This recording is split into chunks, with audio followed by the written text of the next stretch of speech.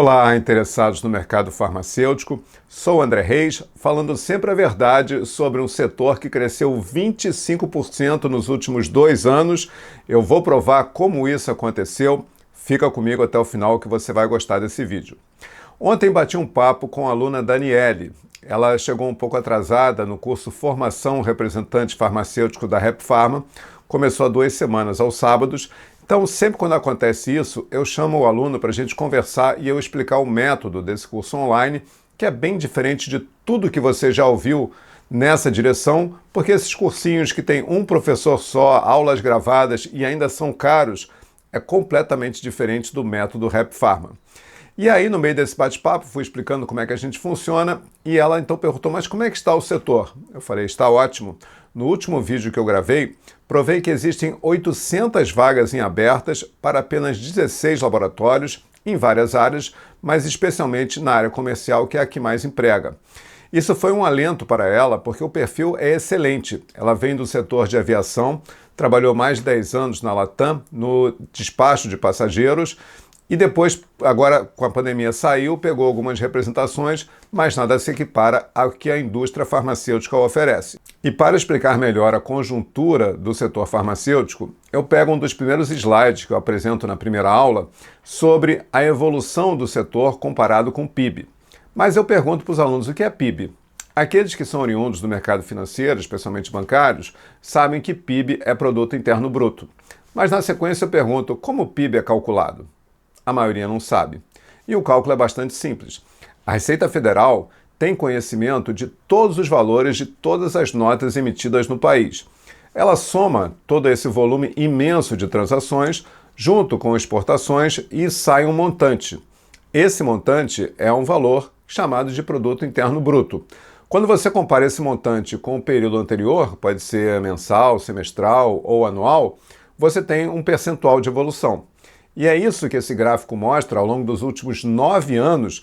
O que acontece quando você compara percentualmente a evolução ano a ano do setor farmacêutico comparado ao PIB é até uma covardia. Tudo bem, André, isso foi até o ano passado, mas eu quero saber esse ano. Esse ano, vocês podem observar nesse gráfico que nos últimos 12 meses a indústria está performando em torno de 10%, enquanto a previsão do PIB, no melhor cenário, é cerca de 2,5%. E agora eu vou pegar o ranking das 100 corporações farmacêuticas que disputam o mercado de quase 100 mil farmácias no país para mostrar para vocês quem é quem nesse ranking. Claro que observando essa tabela tem muita informação, então eu vou detalhar ela item a item para vocês compreenderem de forma mais prática. A primeira sigla que aparece é MS. MS significa Market Share. Market Share nada mais é do que a participação do mercado. A indústria farmacêutica é um setor altamente competitivo e a ideia é sempre crescer.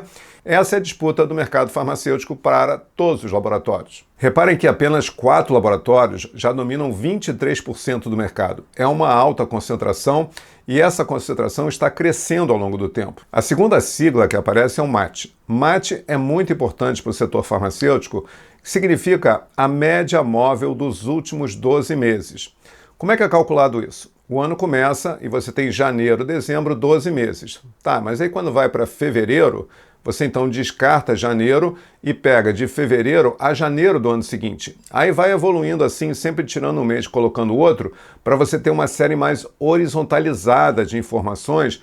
Você assim não pega as oscilações que ocorrem, por exemplo, em linhas de inverno ou linhas de verão, que são muito comuns na indústria farmacêutica. Pegando os últimos 12 meses, a informação disponível até julho desse ano, acontece que temos 2 laboratórios ultrapassando a marca de 9 bilhões de faturamento, sendo que é faturamento do distribuidor para a farmácia, mas é a única forma que a gente tem de comparar o mercado por dentro e saber exatamente quanto cada concorrente está vendendo. Esses 2 laboratórios, e especialmente o grupo NC, está quase chegando a 10 bilhões, certamente vai chegar em mais 1 ou 2 meses. Mas uma coisa é o faturamento, outra coisa é a evolução. Lembra que eu falei que as indústrias estão competindo entre elas? Então como é que você mede se está crescendo ou não de um ano para o outro? Aí eu vou resgatar a informação para o mesmo período do ano anterior e a gente tem os percentuais de crescimento de cada laboratório. Quais são os destaques? O primeiro deles é que o mercado cresce 10%, enquanto o Brasil cresce 2,5%.